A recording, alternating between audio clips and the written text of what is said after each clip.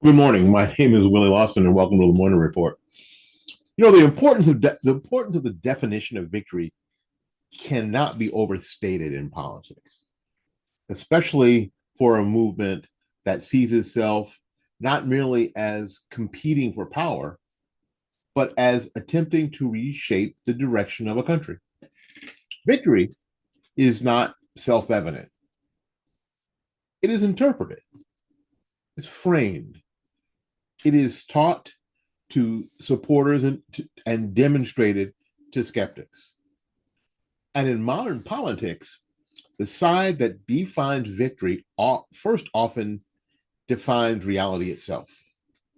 So for conservatives heading into the 2026 midterm elections and beyond, the definition of victory is not a philosophical exercise. It's operational. It determines strategy, tone, coalition, behavior, media response, donor confidence, and whether momentum compounds or collapses. Movements rarely fail because they never win anything. They fail because they cannot recognize what winning looks like.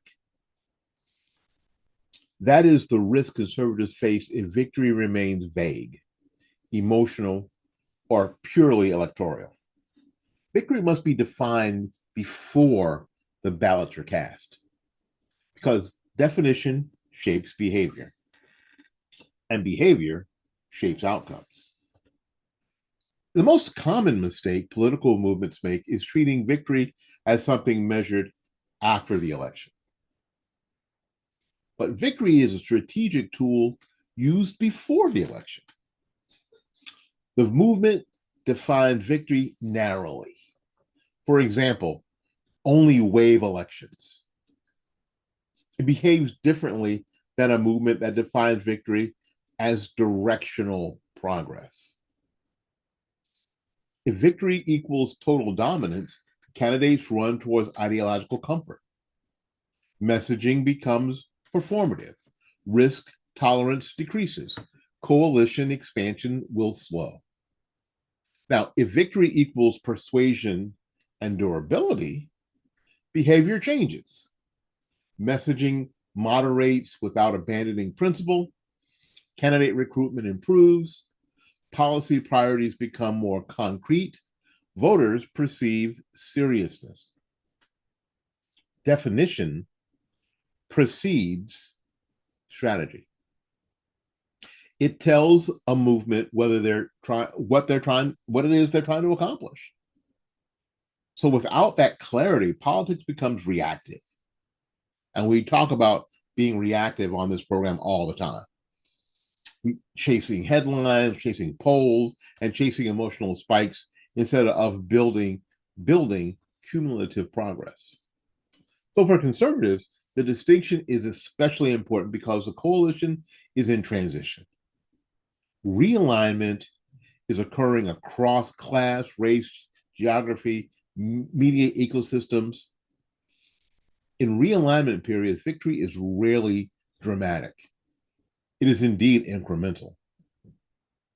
If conservatives expect dramatic validation every cycle, then they risk misreading progress as failure. That mistake can stall momentum, even during periods of genuine growth. Okay, so because for more than a decade, conservative victory has often been defined emotionally. Excitement equals victory. Owning opponents equals victory. Media outrage equals victory. Crowd energy equals victory. Those signals feel like momentum, but they're not reliable indicators of durable political success. Emotional victory produces short-term energy and long-term volatility. It encourages purity tests. People have to sign oaths, right? It punishes incremental gains and fuels internal conflict and elections that do not meet inflated expectations.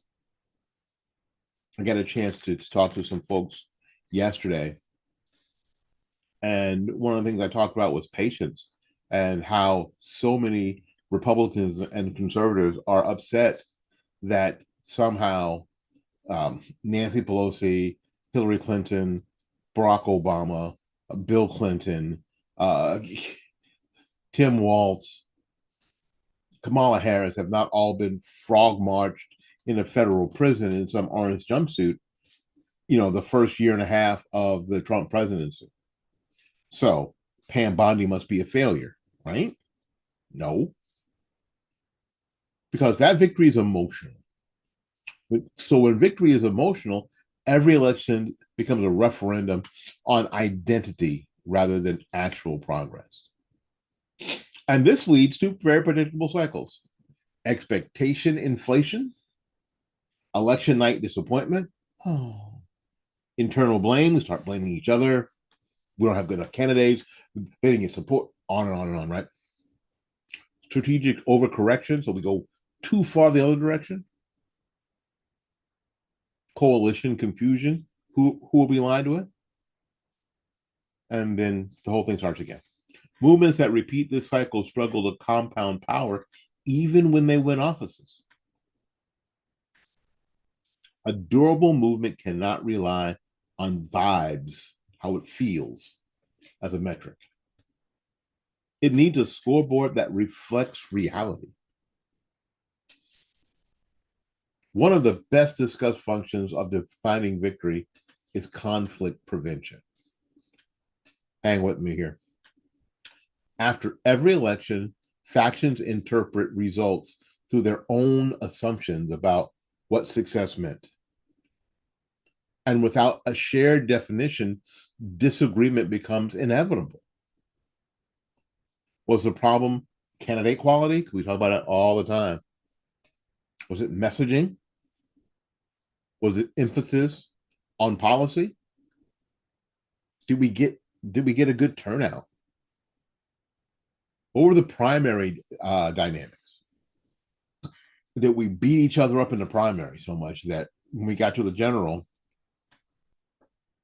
and these debates are healthy, but only if they occur within a shared framework of what the movement was trying to achieve. Because without that framework, debates become existential rather than analytical.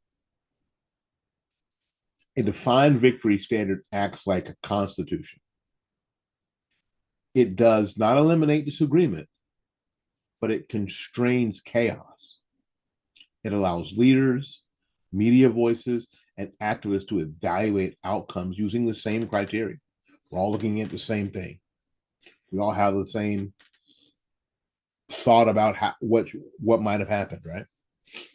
Movements that last decades build this discipline. And movements that don't drift between overconfidence and panic. Right? For conservatives entering 2026, avoiding internal cannibalization may be as important as winning seats. What do we say all the time? You know what Republicans do? Republicans eat their young and shoot their wounded. Hard for young people to get a foothold, right? People who are new to this to get a foothold because the old guard eats them. And if someone gets wounded along the way, has some problems, Republicans will shoot them. Republicans and conservatives do they do both. They eat their young and they shoot their wounded. So winning offices matters, and it always will. Structural power enables policy change. The head of FreedomWorks mentioned to me once that winning offices is policy. Election is policy because then you get to set policy. So again, structural power enables policy change, judicial appointments, budget priorities, and institutional direction. But treating electoral wins as the only definition of victory creates a couple of problems. First, it creates the reality that many elections are structurally difficult. Maps, turnout environments, and candidate pipelines vary. A narrow electoral lens can misclassify meaningful progress as failure. Second, it disconnects elections from lived experience. Voters do not experience seat counts. They experience prices, safety, schools, cultural climate, and institutional trust. If conservatives win offices, but voters don't feel improvement or don't attribute improvement to conservative governance, victory is fragile. Durable victory requires translation. Electoral success must produce policy continuity. Policy continuity must produce visible outcomes. Visible outcomes must reinforce narrative credibility. That chain is where movements become governing coalitions rather than protest coalitions. Defining victory beyond seats forces attention to that chain. Because modern politics is narrative competition as much as policy competition. Narrative victory occurs when the public begins interpreting events through your framework, even if they don't fully agree with your solutions. This often is the earliest sign of long-term success. When debate shifts from, is this a problem, to what should we be doing about this problem, narrative ground has moved. So for conservatives, narrative victory in 2006 could look something like this. Spending debates framed around sustainability rather than generosity. Immigration discussed as governance capacity rather than moral symbolism. Institutional distrust treated as mainstream concern rather than some fringe sentiment. Economic stagnation attributed to policy rather than inevitability. And cultural debates framed around fairness and consistency rather than identity hierarchy. Because narrative victories are subtle. They rarely produce immediate celebration, but they accumulate power because they change what future elections are about. We try to operate here directly in that space. If if I can get you guys to understand narrative victory, then you'll become more patient, more strategic. And I talk about being strategic all the time and less reactive to single election cycles. Somebody asked me yesterday or earlier this week, what do I think about what's going to happen in the 2026 elections? And all I could do was say, you know what normally happens in the off-year elections, right? The midterms. Whoever in the White House loses either the House or the Senate or both. But that doesn't mean anything in the sense that, well, that's a big loss. Now we have to panic, right?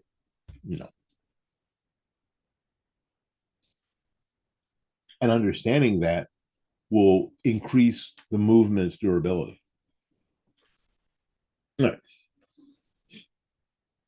Because policy durability is the real test of winning. Announcement politics is super loud, but durability policy is very quiet. A movement that defines victory as announcements will feel successful often, but achieve very little permanence. A movement that defines victory as durability behaves differently. Durable policy survives the news cycles, election cycles, court challenges, administrative changes, cultural backlash.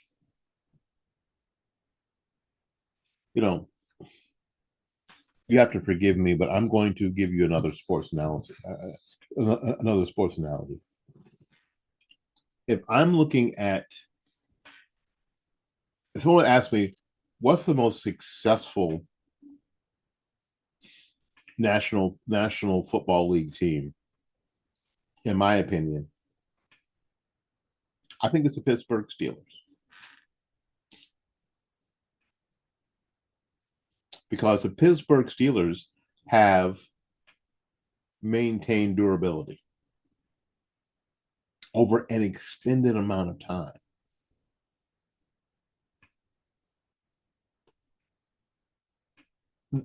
A bunch of different quarterbacks, a bunch of different players, only a few coaches, though. The last coach was there in what, 19 years and never had a losing season. That's victory. When the entire world of NFL was changing around them, coming at them, they still were able to do things the Pittsburgh Steeler way. They survived the news cycles. They survived changes in personnel. They survived everything. This team hasn't had a losing record in 25 years in the NFL. Some would say the New England Patriots. As soon as Tom Brady leaves, what? They have a losing season. Right? Tom Brady leaves, and then coach leaves. They have losing seasons, and they got to rebuild. Right? Pittsburgh Steelers. And the conservative movement needs to be a lot more like the Pittsburgh Steelers. Let's get back to politics. School choice expansion across states is an example of durability. Energy production normalization is another. Regulatory restraint frameworks are another. These do not always produce dramatic headlines, but they do reshape the governing environment over time. If conservatives define victory around durability, priorities will shift. There'll be less symbolic legislation. There'll be more implementation focus. There'll be more attention to administrative competence and more interest in state level replication. Like Doge, right? Doge happens in DC, and here in Florida, Governor DeSantis says we need to do the very same thing on the state level. And that's what's happened.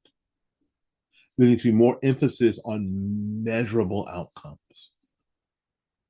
Measurable. Not just the feel good symbolic outcomes.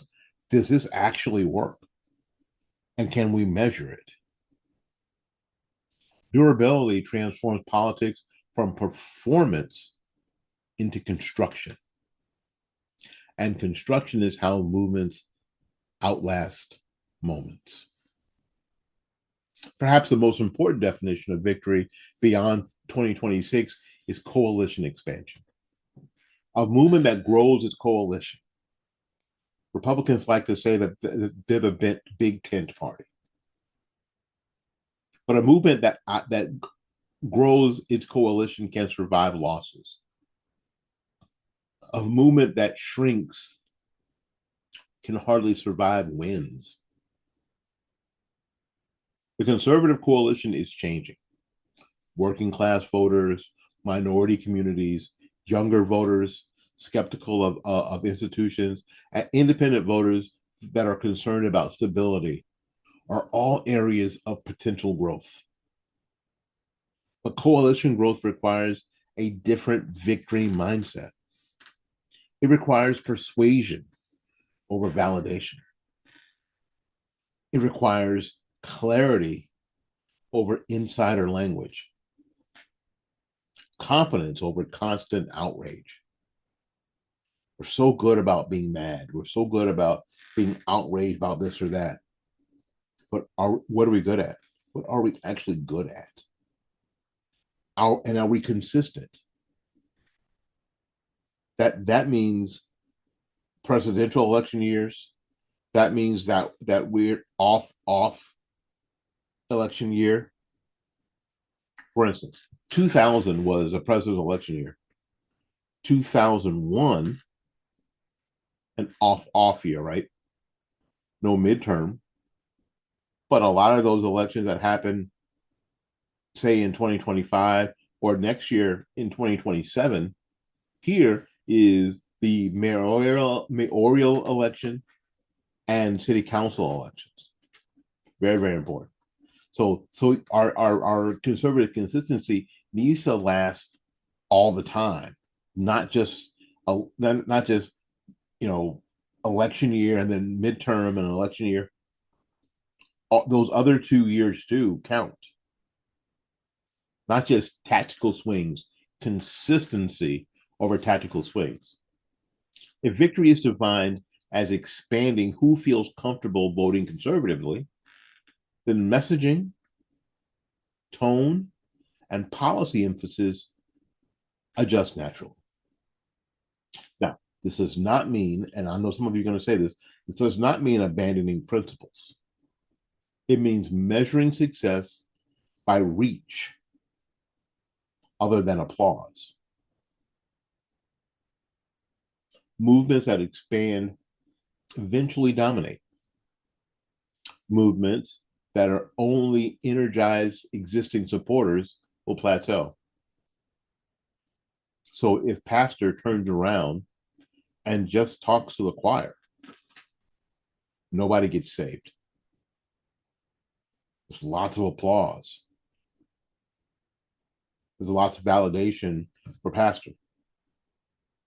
But the congregation shrinks. The chorus doesn't get bigger. The chorus will eventually shrink as well because the congregation shrinks. So 2026 is less important as a final exam than it is a coalition checkpoint. Because that's how strategic movements think, and that's how we have to think. Momentum is psychological infrastructure. It determines who runs, who donates, who creates content, and who is going to take risks. A movement that feels it's winning attracts builders. A movement that feels uncertain repels them. The definition of victory is the engine of perceived momentum. If conservatives can't explain why progress counts, momentum will stall even during favorable conditions. And I believe that we have favorable conditions. If conservatives can articulate clear markers of progress, momentum can continue through mixed results. This is especially important in media ecosystems. Creators, commentators, and independent platforms amplify perceived trajectory. When victory is defined clearly, creators will reinforce it. If victory is vague, creators compete to interpret reality, often in conflicting ways. That bit of fragmentation weakens the narrative power. Understand? So if I can't clearly explain to people on this program what victory is, then somebody else will frame what I think is victory as failure. And then we have a weakness in narrative power. So defining victory is therefore not only a political strategy, but a media strategy. And media strategy shapes the environment future candidates will operate in.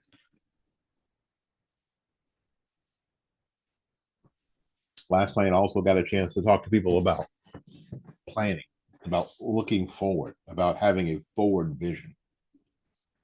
So let's talk a little bit beyond 2026. The next phase of conservative politics is not simply ideological, it's reputational. The core question moving forward into 2028 is whether conservatives are perceived as capable governing adults. That perception determines suburban stability, independent voter comfort, and institutional reform credibility.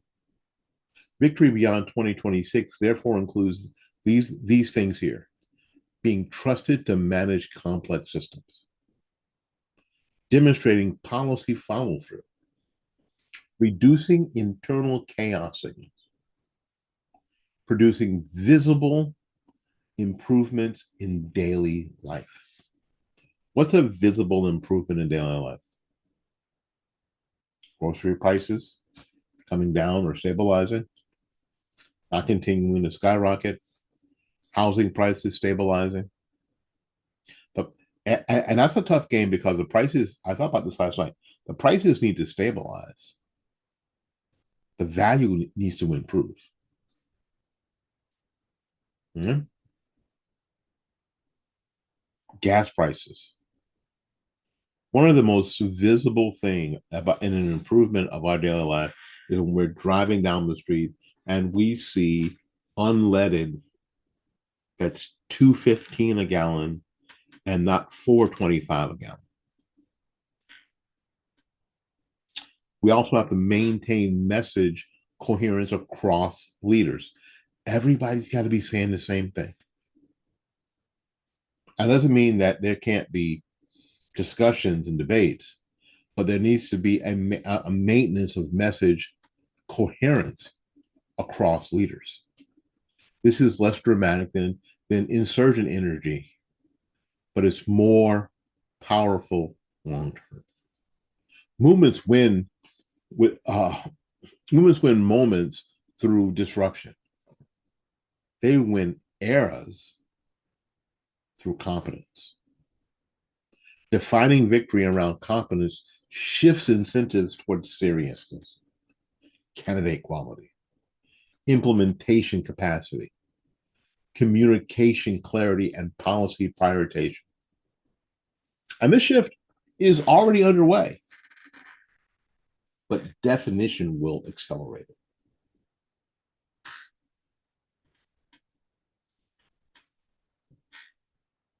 Folks, clarity, we've already talked about this today, and we'll continue to talk about this as time goes on. One sentence definition that changes everything. You ready? Movements need a simple definition that supporters can repeat. Complex frameworks guide strategy, but simple language drives the culture.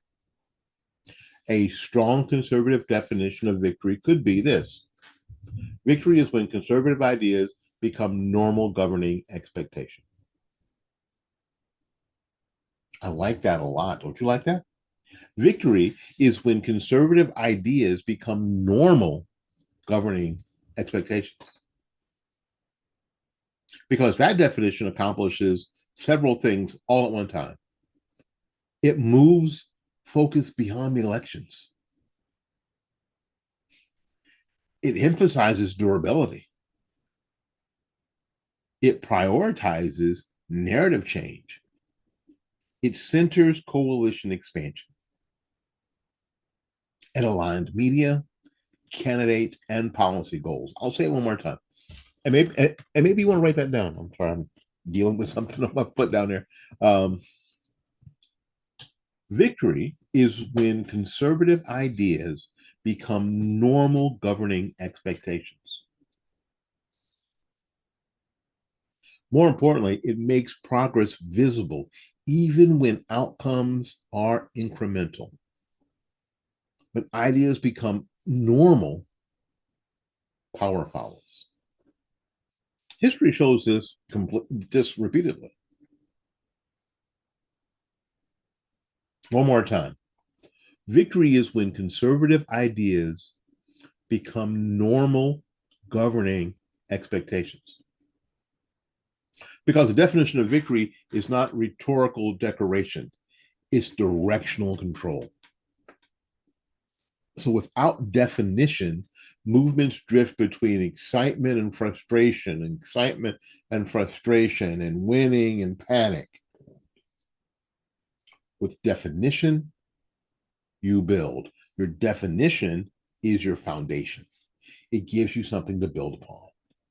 So for conservatives entering 2026, this may be the most important strategic task that is not a campaign tactic, not a fundraising strategy, not a policy proposal, but it is a framework that makes all of those coherent. Defined victory prevents panic. Defined victory reduces internal conflict.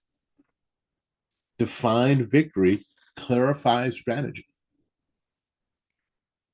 Defined victory reinforces momentum.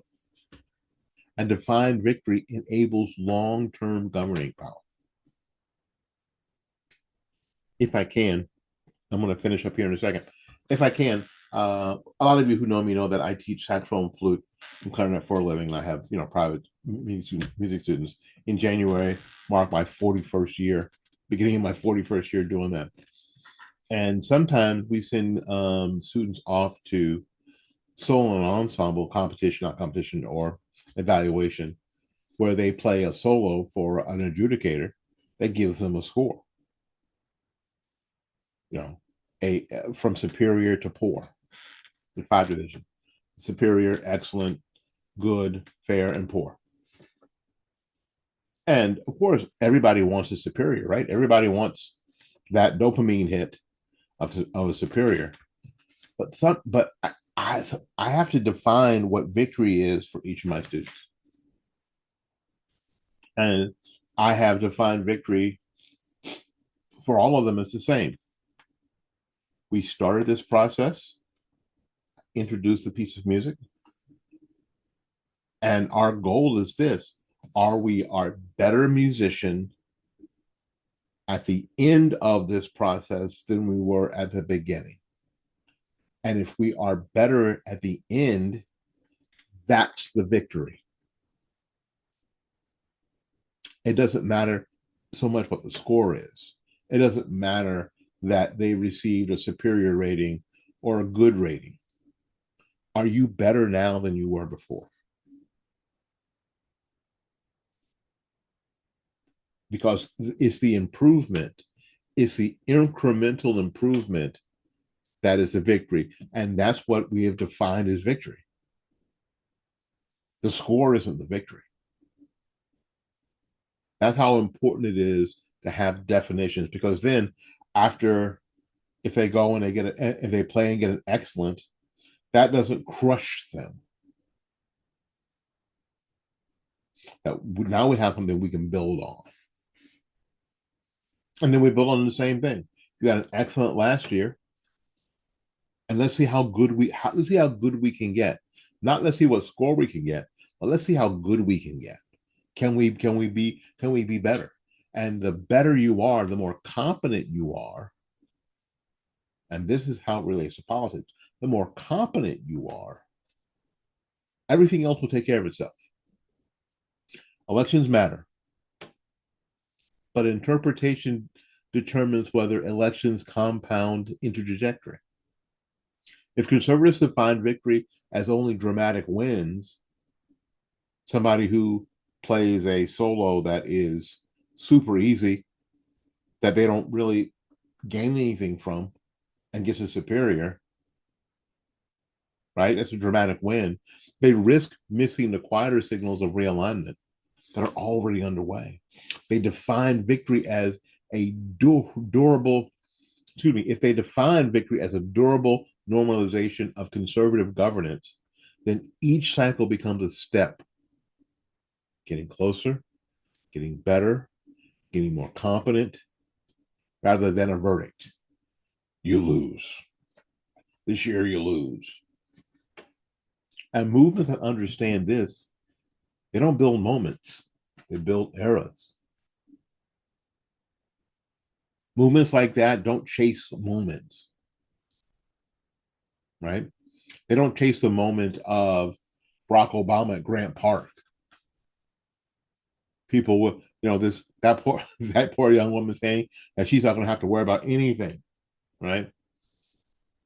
That she's going to have to worry about her phone bill or her rent, or she doesn't be That woman didn't think she would have to worry about a thing in the world now that Barack Obama was president. Her life was easy street. I don't fault her for that sort of enthusiasm.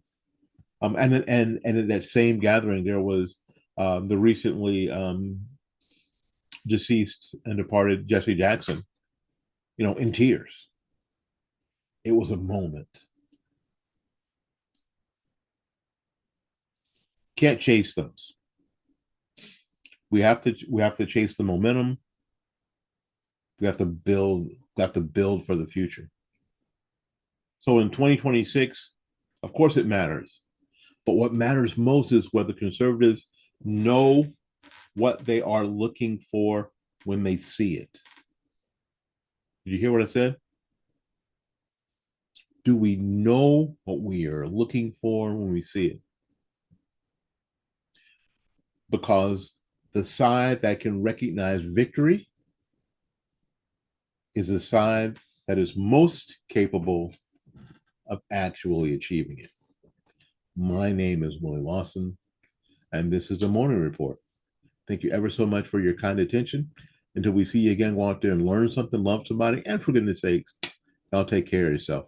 We will see you when we see you. Bye bye now.